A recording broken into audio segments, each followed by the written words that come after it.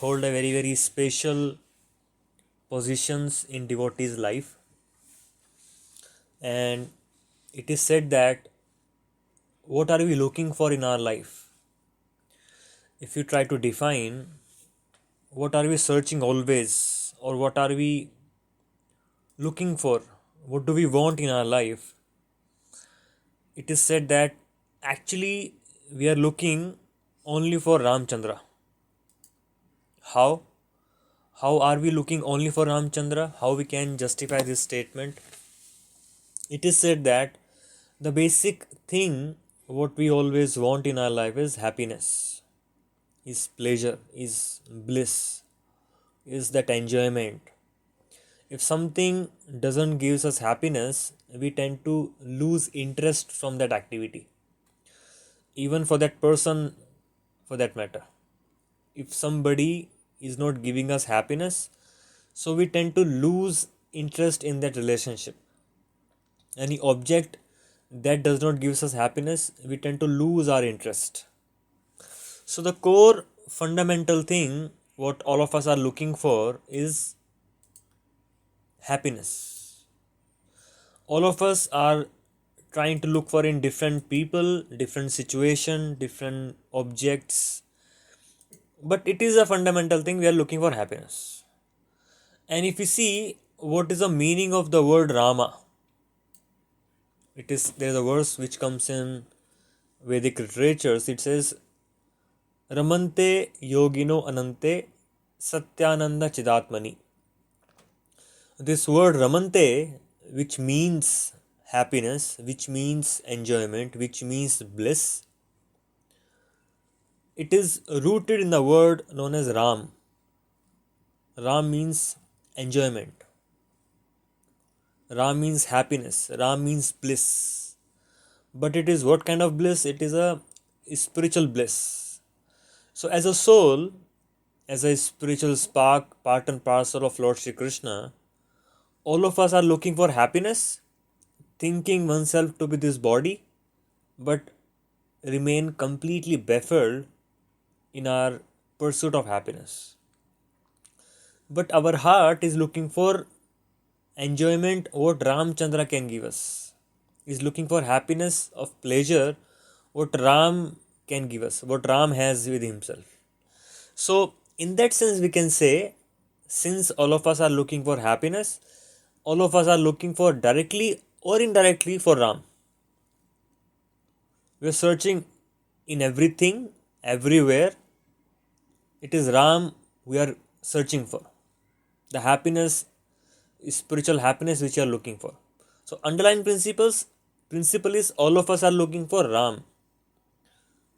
So, today being the appearance day of Lord Sri Ramchandra, let us try to understand some teachings what he taught by his own personal example, what he taught by his own personal behavior and personal character.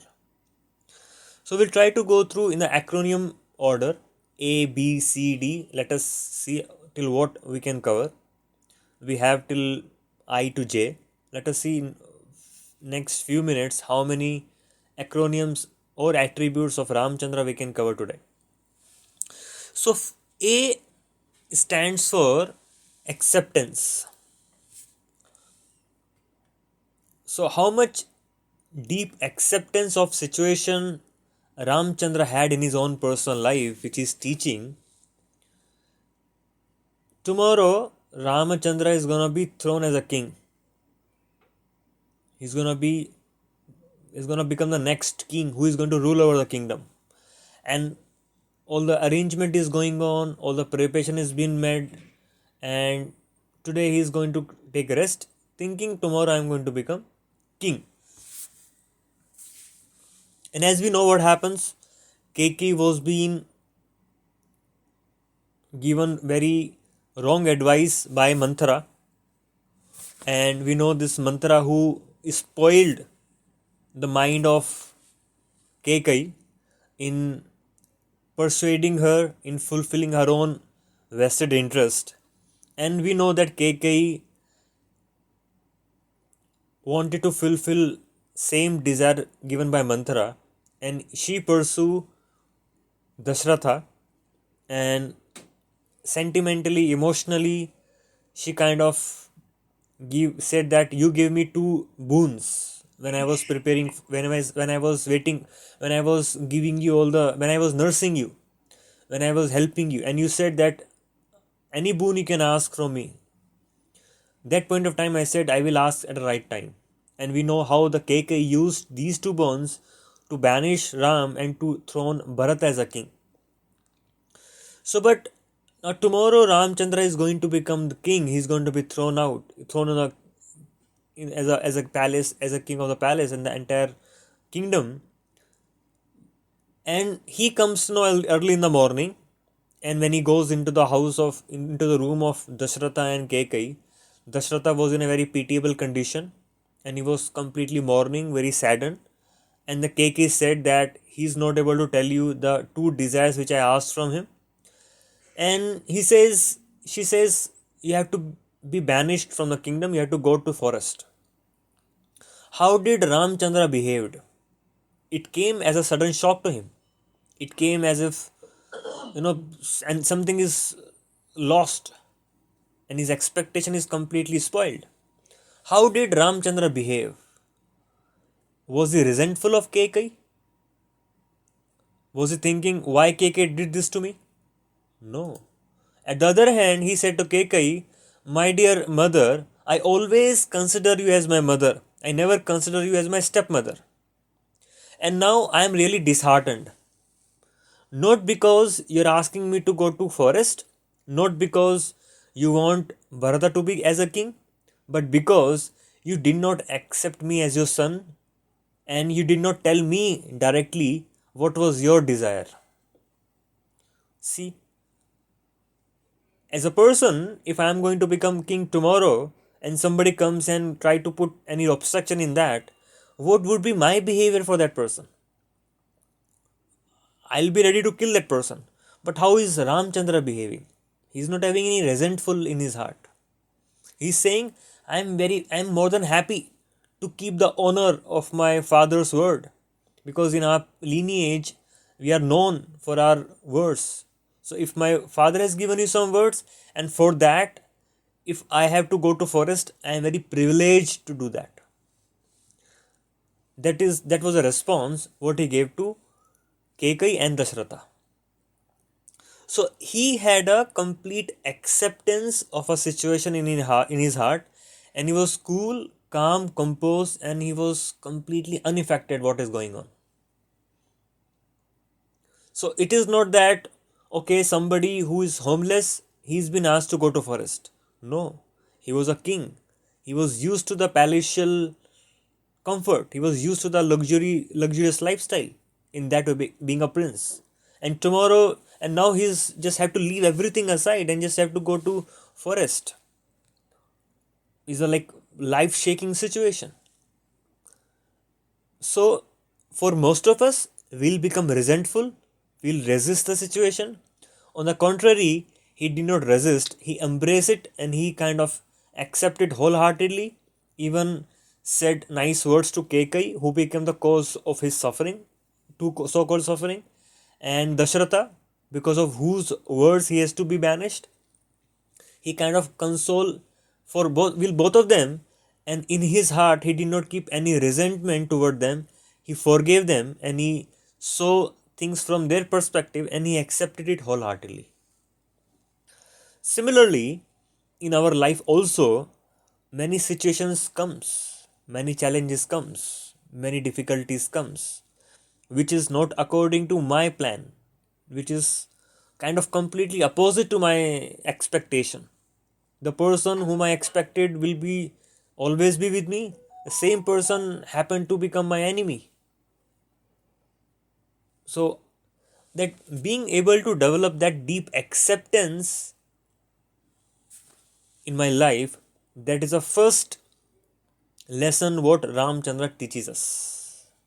And if you see even Lakshmana, how did he respond to Lakshmana? So Lakshmana was very angry, at Dashratha first of all. He said that he has become a henpecked husband, and he is out of his lusty desire, He's kind of making you go to forest. Why should he do that? And he's completely controlled by his younger queen, Kekai. How did Ramchandra responded to him? What did Ramchandra said to him? He said, I am ready to fight. I will not let you go to forest. We'll fight. And all my arrows will be shot upon all those people who comes and stops you becoming a king. What did Ramchandra told to Lakshmana? He said, my dear brother, it is a will of a providence. It is karma which we have to understand. The law of karma exists. So this law of karma says that what is in your due will come to you. In the sense that that person who is giving your karma back to you, he is helplessly giving it to you. He does not want that. Even though he don't want, his body, his mind, his system is not acting according to his desire. It is acting according to the forces of material nature. So it is my karma or it is our destiny which has given that desire in the heart of Kekai to ask these to misuse these boons. It is not her mistake, it is our karma mistake. Although as a Supreme Lord Shri Krishna, he is beyond all the karmas. He is the one who is creating karma. But just to teach us that lesson and to pacify Lakshmana, he said he was able to accept the situation because he did not make that person evil, through whom that karma was being served in front of him. He accepted it was my own mistake, that it is not because of that person. Because of this reason, he was able to accept wholeheartedly the situation in which he was being put into. So it is said that acceptance is a currency of happiness. Acceptance is a currency of happiness. If we want to be happy, then we should have that currency of acceptance in our life. To the degree we are able to accept ourselves with all our frailties, the more happier we would be. To the degree we are able to accept others people's mistake or able to accept other without judging them, will make the relationship happy. The more readily we are able to accept our own situations as we are being put by the law of karma and not try to change beyond a certain point, more happier we would be. Happiness is not he does not lies in the situation, it lies in your state of mind, which is enhanced by the idea of deep acceptance of reality, of myself, of other person, of my situation. That is the first lesson which we can learn from Ramchandra. Second lesson what we can learn from Ramchandra is beginning. Okay, tomorrow he's gonna be in the forest for the next 14 years. Did he lose all the hope? Oh, my life is doomed now. I cannot do anything. And I just cannot. I'm hopeless. If he was to become hopeless, he would have never been able to have that strength to be able to face all the challenges which is waiting ahead of him, waiting ahead of time. Rather, he became confident that these challenges, these difficulties are going to enhance me, are going to shape my life, is going to make me better king tomorrow. And actually, if you see, it really did happen. Historically, if you see, yes, Krishna is Ramchandra is supreme personality of Godhead. At the same time, he is playing the role of a king. He is playing the role of a human being, although he is not human being. So he knew that his life is gonna be all the challenges, difficulties, but what that challenges and difficulty brought to him. First thing is, he could gain the trust and love from his people when he came back after 14 years. And during those 14 years, he killed Ravana. And Ravana was going to become the most important, most terrible hindrance in him ruling the kingdom, because Ravana was creating havoc. And that was one of the purpose why Ramchandra appeared in this world. He appeared to kill Ravana. So, because he could kill Ravana, because Ravana became he instigated him by kidnapping the Sita. That's why Rama became very furious and he went and killed Ravana, and that after that he could much more peacefully rule the kingdom, right?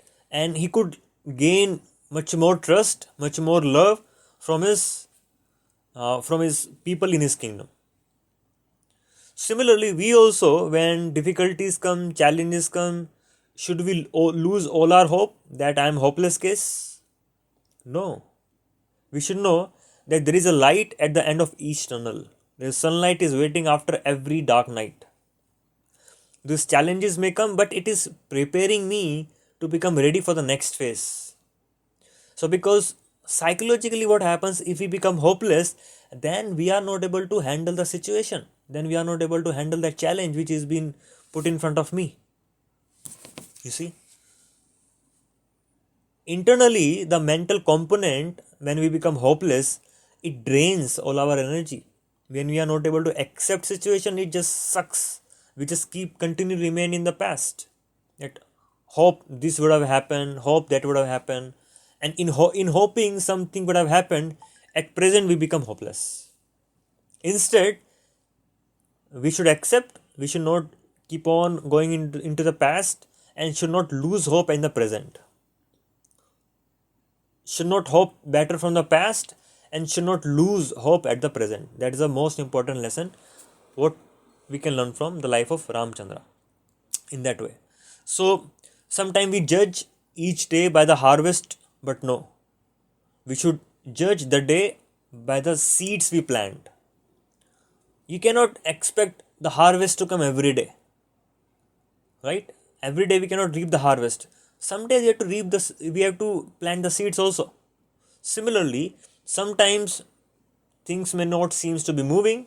Sometimes things may become stagnant. Sometimes it may appear that nothing is going on in my life. But we should not judge the day by the harvest we make, but by the seed we are sowing, seed we are planting. So that is the second lesson we can learn from Ramchandra's life. The third lesson what we can learn is, now we are moving to C. First is A, B for beginning, new beginning, C for character. So all of us knows that the whole Ramayana was a fight between Rama and Ravana. So now if you see, interestingly, there are many interesting things out of it. They are the two personality who are going to fight and become the cause of Rama and the fight, one of the greatest war. These two characters, Rama and Ravana, superficially Ravana was more powerful because he had all the powers, he had all the boons from Lord Shiva, he was living in the palace, in the golden throne, and he has huge army, versus Rama, who had only the squirrels. He was in the forest. He was not fighting like a king in Ayodhya. He was fighting like a mendicant in the forest. Versus Ravana being with all the powers. But who became victorious at the end of the day? It is Rama who became victorious. So what was the special edge what Rama had which could overpower the competence of Ravana? It was character of Rama. The character of Rama was much more powerful than the competence of Ravana. See Ravana's character. Although he had so many queens, he had so many apsaras or so many women always at his disposal for that matter, but simply by hearing about Sita from Surpanaka, he became so intoxicated about that lustful desire to enjoy Sita that he planned to even abduct her. Simply by hearing about Sita, he became so overpowered by his own lust that he couldn't control himself. That is what happens. The desires what we have in us got triggered, gets fumed simply by hearing about the description of sense object. That was character of Ravana, very downtrodden. What about Rama? He was outrightly proposed by Surupnaka, the same sister of Ravana. But was he disturbed at all? No. He maintained his character. So similarly in our life also, people wants to chase competence at the cost of losing character. It is said that competence without character is a postponed calamity. Competence without character is a postponed clarity. And it is said that competence may make a person stand out for a moment, but character will make a person stand out for a lifetime. You can see somebody, his competence can make him stand out. Oh wow, what a person he is because of his competence. But in long term, it is character which is going to make you stand out for the entire lifetime. So, in the rat race of competing, in the rat race of earning a lot of money, in the rat race of chasing all those material happiness or material pleasures or material objects or whatever, we should not lose our character. That is the most important thing what Ramchandra character teaches us, what Ram himself teaches us. We should try to develop character like Ram, not competence like Ravana. Because once you have character like Ram, you are following on the footstep of Ram, automatically competence will follow. When you have a good character, automatically competence will follow, but not necessarily competent person will be having good character. That is the third lesson which we can learn from Ramchandra's personality. The fourth lesson what we can learn is D. A, B, C and D. What is D here? D is destruction of evil. So as we know that how there was a war between evil personified, which is Ravana, and Rama, who was a divine personified, his supreme personality of Godhead himself. So when the evil got destroyed, we celebrate that, right, as Dashera, as a great festival. And when Ramchandra he appeared, we celebrate his appearance day. So we celebrate Ravana's death and we celebrate Rama's appearance day. Because it was a destruction of evil, the victory of goodness over bad things. Similarly, it is said that there is a constant battle which runs in everyone's heart, which is to fight between good or bad.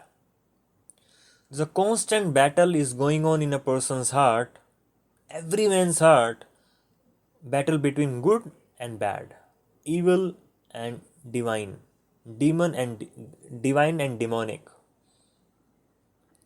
So now, who wins? Who wins? Whomever we feed more. It is very simple. So, for an example, you may have a seed which is a cactus seed, or you may have the mango seed. So, both the seed can be sown in the ground, same earth, can be given same water, can be having same sunlight. So although both of them are having same ingredient for growth and same sunshine, same water, same fertilizer, same everything, but do you think because they both are in same situation, cactus tree will give you mango? No. Cactus tree will give you cactus. Although you give same ingredient for it to grow as you give to mango tree, mango seed. But mango seeds comes out, mango tree will give you mango. Similarly, it is not about how we feed them. It is about what we feed. So in this example, it is our attention. The attention is equivalent of sunlight, water and fertilizer and the earth. And the seed is compared to the thought, is part of me, which is in me, but that is in a seed form. More we give attention like sunlight, water like sunlight, and fertilizer like attention, the same seed will grow in our heart and the same will become powerful. So now it's in Kali Yuga, it is said that the demon and the divine both are inside us. In Satya Yuga, they were in different planets. Hiranyakashipu and the earthly saintly people, different planetary system they were in, divine and demonic. In Treta Yuga, they came to different countries like Ram and Ravana. Dwapar Yuga, they came in same family, Kamsa and Krishna. But in Kali Yuga, they have become the closest in my own heart, both divine and demon. So now it depends upon us whom we want to feed. When we chant Hare Krishna Mahamantra, we are feeding our good part of me. And this life is like a battle, which is constantly, I have to make constant decisions, constant point I have to make, that I am choosing right thing and rejecting wrong thing. That is a basic principle of surrender also. Accepting and rejecting. Accepting what is favorable, rejecting what is unfavorable. So we constantly accept the part of me which is divine part of me, keep feeding that. And now same example, the seed, although it may be there, but if you don't feed that, it will dry up. If you don't give it sunlight, if you don't give it water, if you don't provide proper facilities, it will dry up. The seed may be very small, but if you properly care of it, it will grow. The plant may be very big, but if you don't give feed, the food to it, it will dry up. Similarly, no matter how demonic part of me may be bigger, but if I stop feeding it, it will dry up. And no matter how much small little bit of desire I may have to surrender to Krishna, to surrender to Ramchandra, and to develop my divine nature, no matter how much small that desire may be, but if we keep feeding it, it will grow like a big tree. So that is a learning what we can have, the fourth learning. And the fifth learning what we can have from Ramchandra's life is equipoised. That is one of the very fundamental teachings what even Krishna teaches in the Bhagavad Gita. What does Krishna teaches? Sama sukha dukha dhiraha so amrit tatvaya kalpate. So we have to become equipoised in distress, in happiness, in challenges, in nice time. That is one of the very, very important thing. Becoming equipoised. So how did Ramchandra exhibited this quality of equipoised? Ram was a prince. He was living in a palace. All the comfort was at its command. But tomorrow he was going to go to forest. He must have been very, very disturbed. But no. In a blink of a moment, he changed his entire clothing. He changed his entire attitude. He just became like a mendicant. In a moment. He was equipoised in the comfort of palace or the discomfort of forest. So that was very, very important. So what happens is, it also means we should not become too elated when happiness comes, and that is a test. The more happy you become, the more elated you become when good thing happens to you, the same amount of pain you are going to experience when difficulty comes to you. That is a very, very important principle. So more happy, more elated we become when something good happened to us, and thinking it happened only because of me. We don't understand that it is I was a very small contributor to that. It all happened because of the will of providence, by the mercy of the Lord. If we don't maintain that attitude, when something wrong happens, once we don't achieve it, we become very depressed, because we think our whole self-worth just get drowned into the ocean. Why? Because I'm thinking it is because of me I couldn't achieve. And why am I thinking because of me I couldn't achieve? Because I was thinking because of me I achieved. And I was becoming overexcited. So the maintenance, so how you can manage your bad times depends how you are managing your good times.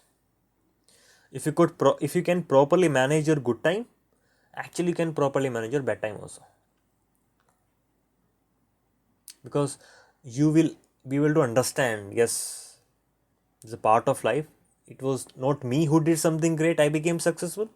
There are many people who are performing hard work, there are many people who are talented. It is me who has got some success. So there are some other contribution which are working out.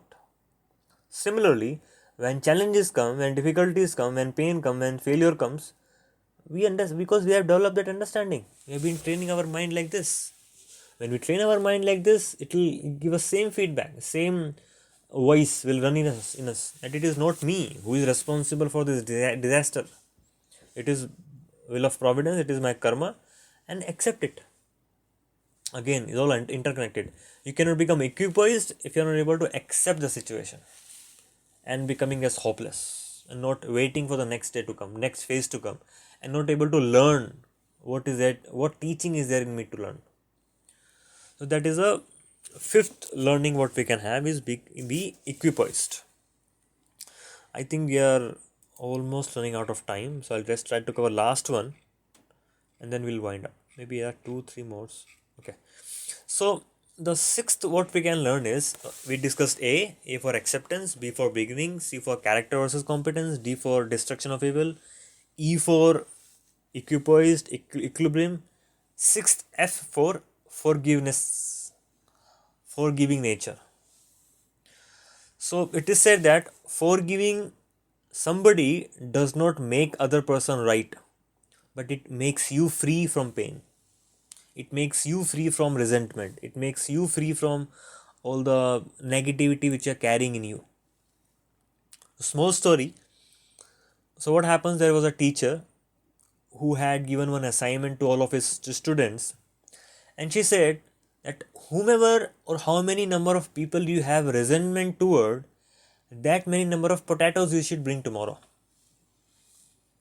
The task was, however number of people you are resentment for, you have that resentment toward how many number of people, that many potatoes we should bring tomorrow. Everybody was surprised, but anyway, that was assignment, everybody did it. And somebody was having 5 potatoes, somebody was having 6 potatoes, somebody was having 15 potatoes, somebody 40 potatoes. Like that, they were having so many potatoes. So she said, now for you, you will get your grades that you have to carry all these potatoes always with you wherever you go for the next 7 days. That was the assignment, that was a task. So now one day happened, 2 day happened, and they were going to bathroom and they were bathing along with that, and they were becoming drenched, and those potatoes were kind of squeezing out, and all the dirty things start accumulating on people's body, and they start stinking after third day, and they were somehow becoming so painful for them to carry those potatoes. First, the heaviness of potatoes. Second is starting degenerating, is stinking and all this kind of thing. And third, they are not able to do anything in their life. They're only focusing of these potatoes. So finally, they come on the fifth day and ask from the teacher, "My dear teacher, my dear sir, is there any way I can give up these potatoes? I don't want to carry them.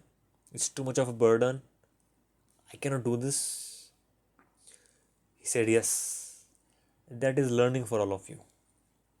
So I can let go of these potatoes provided you are able to let go of that resentment in your heart toward that person." Same thing for us.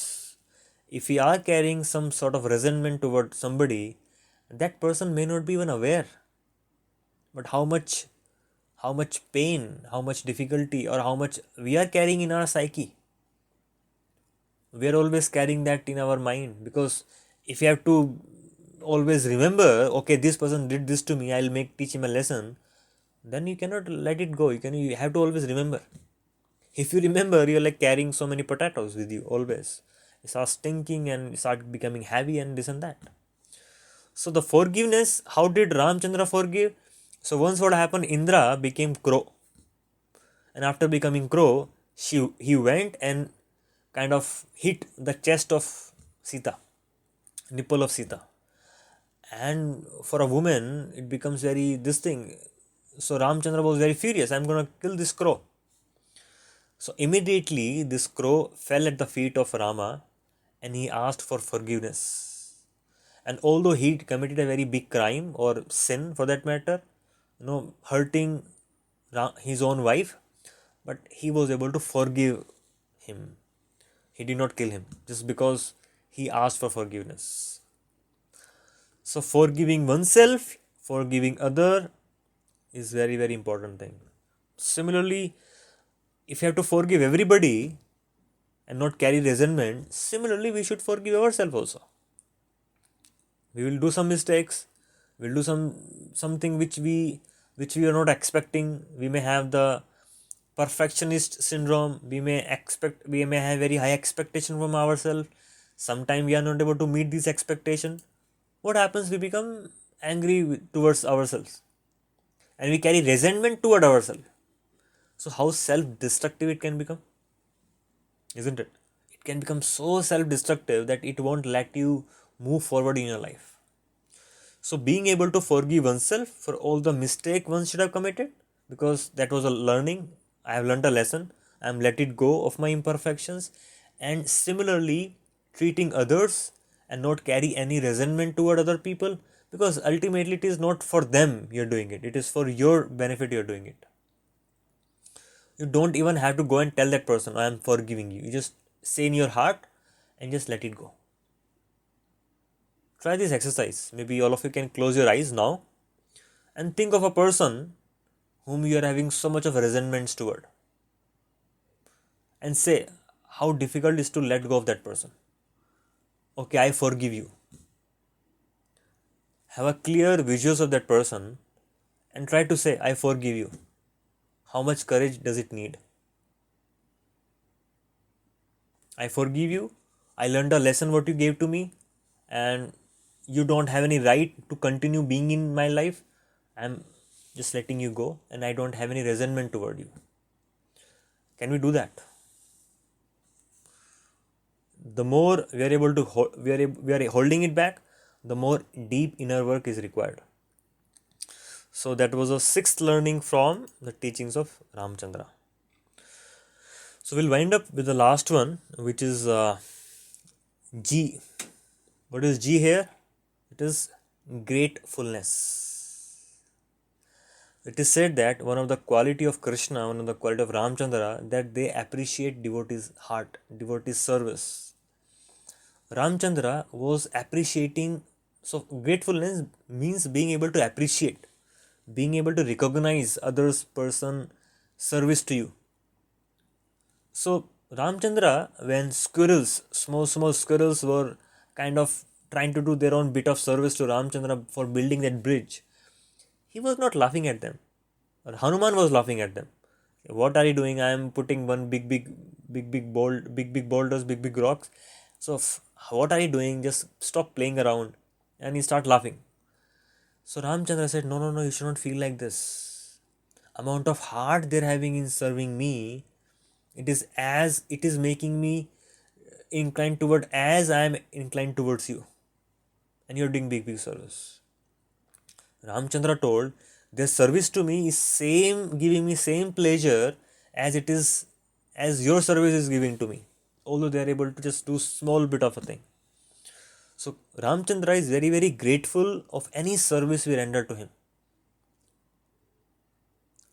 You see what a greatness of the Lord Sri Ramchandra. That similarly, if you see in the case of Krishna also, Krishna thought when Draupadi was shouting, "Hey Govinda, hey Krishna," in that Asasabha, in that sabha wherein he was being stripped naked, Krishna thought to himself, now she is chanting my name with so much of heart, how can I not go? He felt that obligations toward Draupadi, that she is chanting my name, how can I not go there and help Draupadi? And he went and he himself became the sari. Similarly, we also should have that. That is one thing. And second thing is, Prabhupada says in Nectar of Devotion that we are chanting Hare Krishna Mahamantra every day. So how much Krishna will be obliged to us? How much we are chanting Ramchandra's name, how much Ramchandra will be obliged to us? isn't it? So the more we chant Hare Krishna Mahamantra, the more Krishna is inclined towards us, the more he is recognizing us, and the more he feels obliged towards us. And whenever difficulties comes, the more service we have done in the form of chanting, more possibility that Krishna will come and protect you, because he feel obliged. He just cannot help himself.